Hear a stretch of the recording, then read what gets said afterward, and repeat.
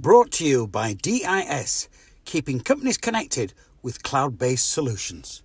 Come on, City. Let's start, Mark, with talking about your newest acquisition, your newest player, Andy Cook. Why have you decided to bring him in? Andy's got a lot of qualities. Again, brings something different to the squad. You know, he's a target man. He can rough up defenders, but he also, you know, he's got quality in front of goal. So, you know, we had the opportunity to bring Andy in, and we thought it was the correct decision for the club. How will you look to best use him now you've got him? You know, it's at times we could play a 2 up there. Also, there's a lot of games coming up, so you know the qualities up front we've got, and opportunities for kind of to play. You know, Clayton and Rowie, players like that. So, you know, it gives us that opportunity to play different players against different opposition.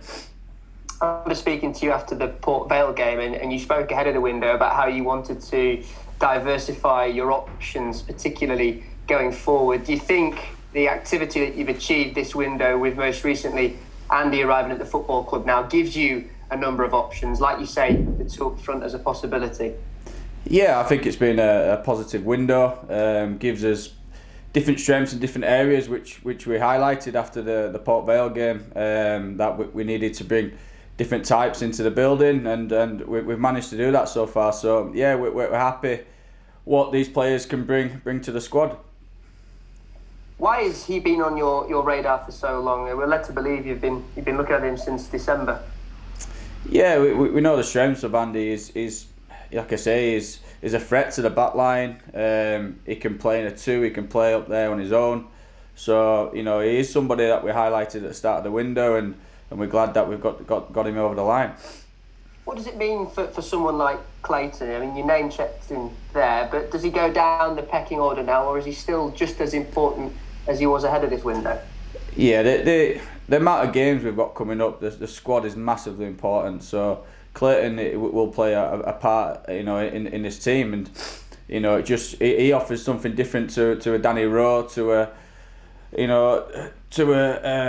Roman. So yeah, we're pleased that we've brought something different into the squad, and everyone will play their part.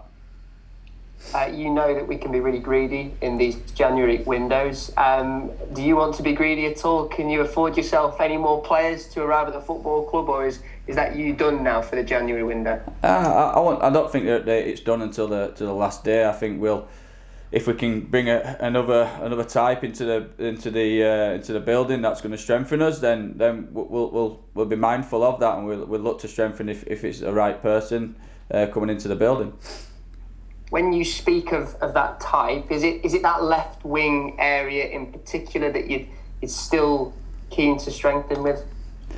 Yeah, we've got obviously Jordan who can play out wide. We've got players who are versatile in what positions they can play. So you know, if there's a right person and got qualities that can bring something different to the team in wide areas, then you know, if it's the right person with the right strengths and the right characteristics for this club, then we'll bring him into the club if we can.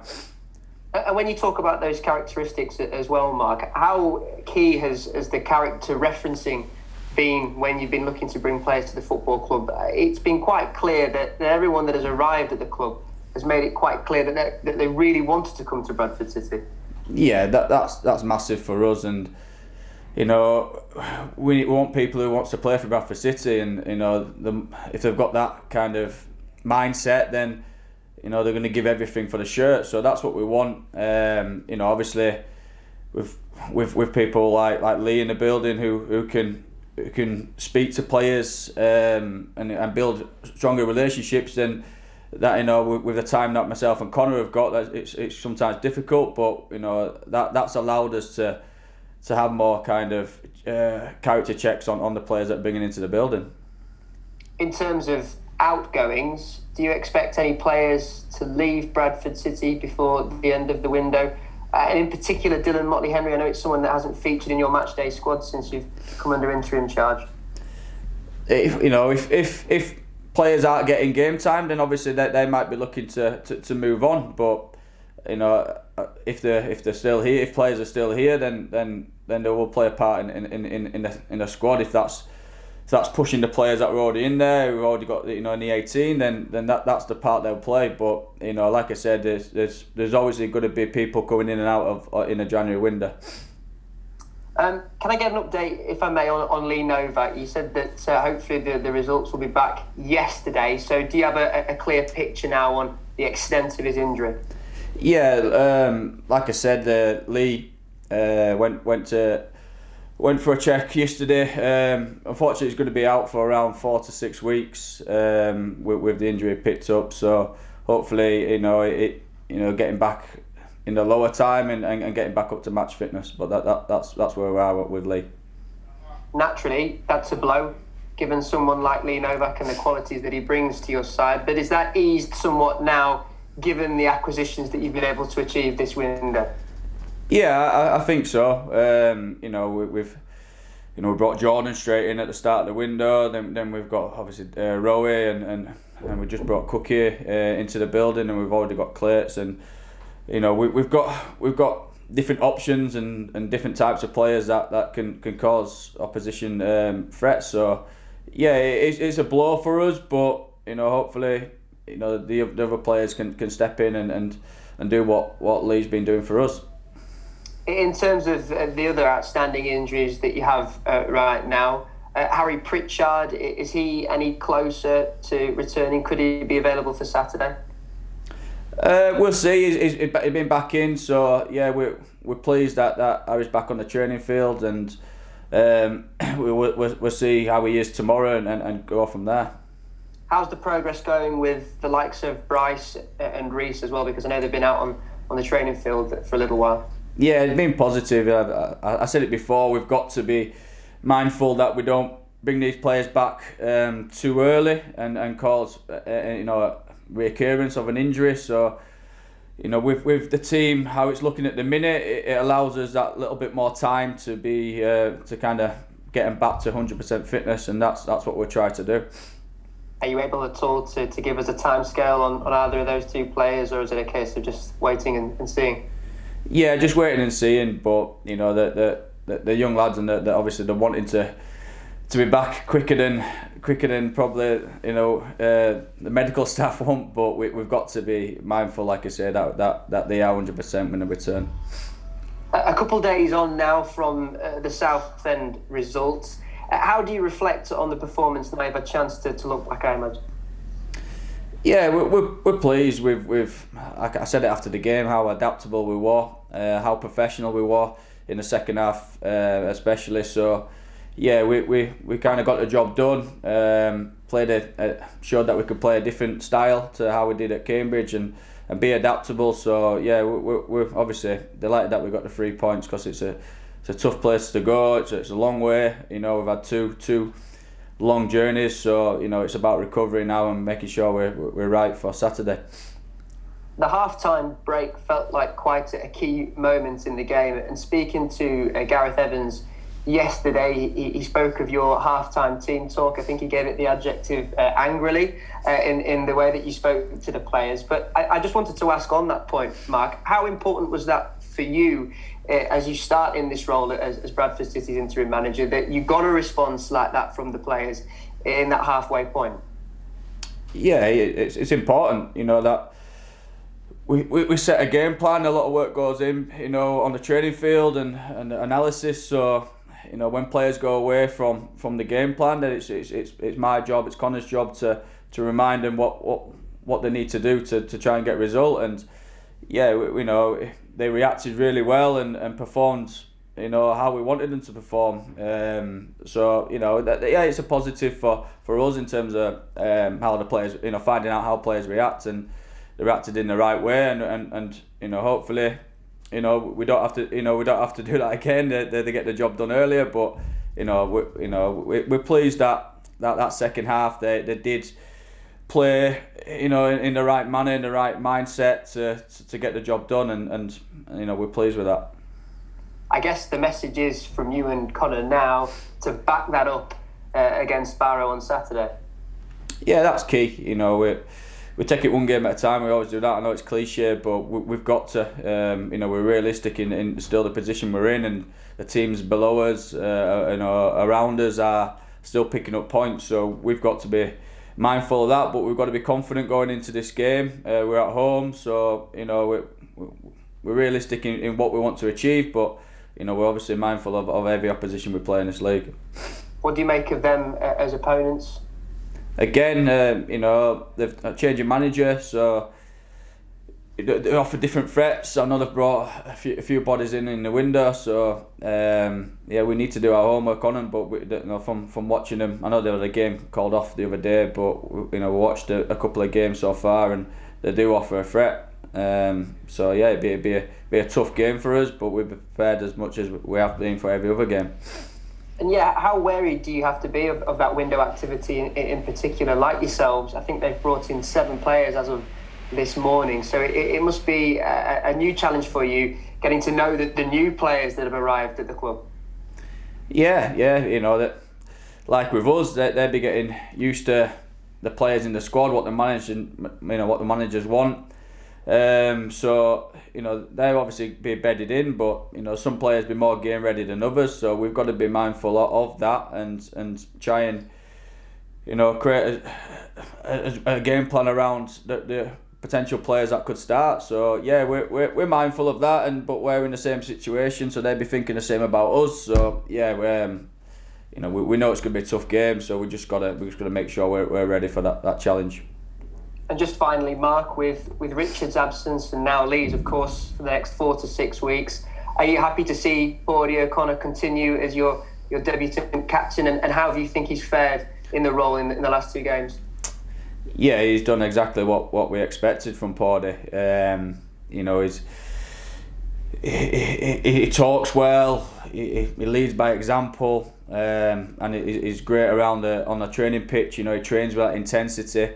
You know, so he's got all the traits to be a captain, and you know, we want that to continue. You know, it hasn't affected his performance. If anything, it's improved his performance. So that's exactly what we wanted. Go well Saturday, Mark. Cheers. Thank you. Hi, Mark. You said that you're mindful of the new players that have come in at Barrow and such like. How difficult is it at the moment with games getting called off, new players coming in to actually scout the opposition and find out how they're playing at the moment? You know, you can only go off the last couple of games, so it is difficult, and obviously with new players coming into their squad, it's, you know, you can only do so much. So if that is the case, then you know, we will obviously concentrate on us and what we can do, but we've obviously got to be mindful of the opposition.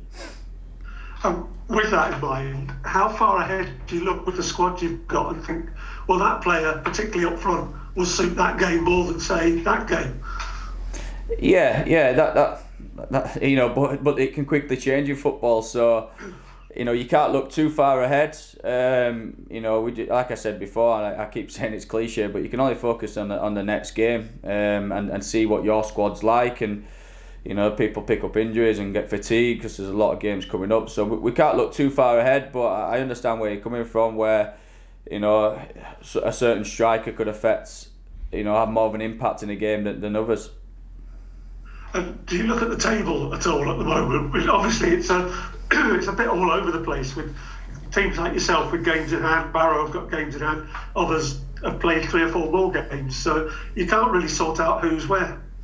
No, you know, we don't. We focus just on us and what we're doing at this moment in time. We don't look at the table and say we've got, you know, it's every game's again, you're going to say I'm cliche, but a must-win game, and you know, we will do everything in our powers to get as many points as possible and hopefully push us up the table. Okay, thanks very much. Good luck Saturday. Thank you.